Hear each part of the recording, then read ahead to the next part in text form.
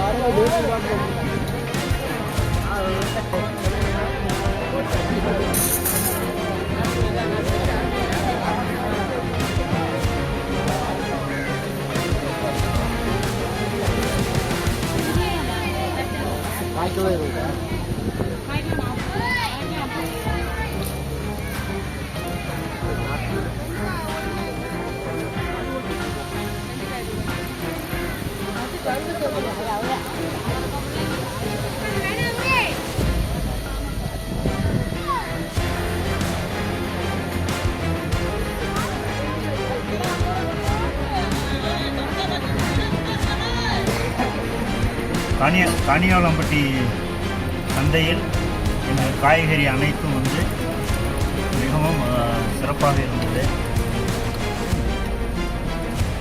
விலை சற்று அதிகமாக இருந்தது. கீரை வகைகள் அதிகமாக வந்திருக்கின்றன. காய்கறி அனைத்துமே அதிகமான விலையில் காய்கறி விற்கப்படுகிறது. எனவே இங்கே ஒரு உழவர் சந்தை ஒன்று உருவாக்கினால் இந்த பகுதி மக்களுக்கு இன்னும் குறைந்த விலையில் காய்கறி கிடைக்கிறதுக்கு வாய்ப்பு இருக்கிறது. சார், இப்போ இந்த மக்களுக்கு இந்த விலைவாசி ஏற்றம், இப்போ இந்த இருக்கிற இந்த பொருளாதார சூழ்நிலை இதெல்லாம் இப்போ சந்தைகளில் தினந்தோறும் வாங்கித்தானே ஆகணும். ஆமாம். இப்போ அதனால் மக்கள் மேலே எனக்கு எவ்வளோ நிதி சுமை இருக்குங்கிறது இப்போ நீங்கள் நேரடியாக பார்த்து சொல்கிறீங்க. இப்போ வேறு என்ன சார், இது அரசு வேறு என்ன இந்த மாதிரி விஷயங்களை என்ன கவனம் செலுத்தணும் சார்? அதாவது உற்பத்தியாளர்களுக்கும் நுகர்வோருக்கு இடையே ஒரு மிகப்பெரிய இடைவெளி இருக்கிறது. உற்பத்தியாளருக்கு 20% உற்பத்தி விலையில் கிடைக்கிறது என்று சொன்னால் நுகர்வோருக்கு 40% கிடைக்க வேண்டும். ஆனால் இங்கே நுகர்வோருக்கும் பயனில்லாமல் உற்பத்தியாளருக்கும் பயனில்லாமல் இடைத்தரகர்கள் 40% தனக்கான கட்டணத்தை அவர்கள் உயர்த்தி விடுகிறார்கள்.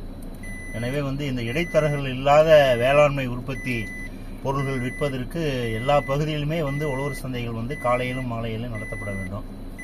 நடத்தினால் ஓரளவுக்கு அன்றாட கட்டட தொழிலாளர்கள், விவசாய தொழிலாளர்கள், வீட்டு தொழில் செய்ய வரக்கூடியவர்கள், மில் தொழிலாளர்கள், நெசவு தொழிலாளர்கள் எல்லாம் தங்களுடைய வருமானத்தில் ஒரு 40% வாரந்தோறும் மிச்சம் செய்வதற்கு வாய்ப்பு அதிகமாக இருக்கிறது. விவசாயிகளுக்கு நல்ல விலை கிடைக்கிறது. விவசாயிகள் நேரடியாக விற்பனைக்கு வர வேண்டும். விவசாயிகள் நேரடியாக ஒவ்வொரு 5 கிலோமீட்டருக்கும் ஒரு உழவர் சந்தை உருவாக்கப்பட வேண்டும். அது காலையிலும் மாலையிலும் நடைபெற வேண்டும். அதை கண்காணிப்பதற்கு உழவர் சந்தைக்கு என்றே ஒரு தனி இயக்ககம் தனியாக செயல்படுத்தப்பட வேண்டும்.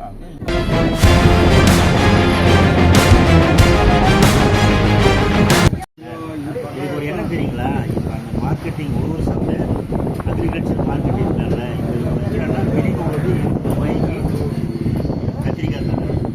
இப்போ அவங்க என்ன செய்யறாங்க, 30 ரூபாய்க்கு விற்றா போதும்.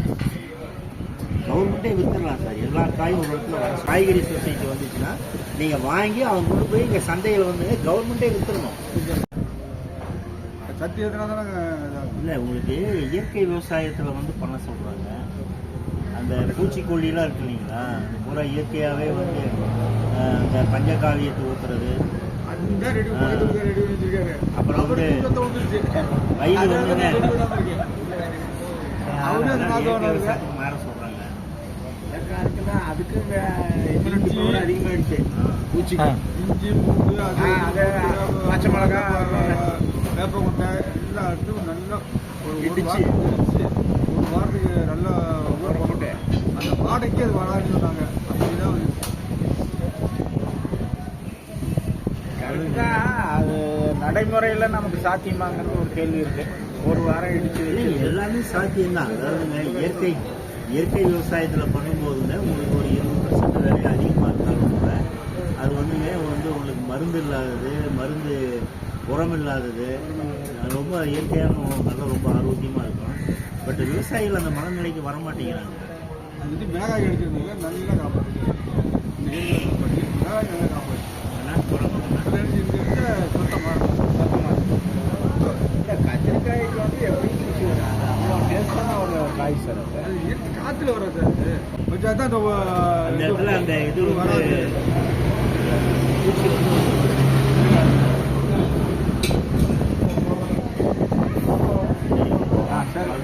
Sir thank you.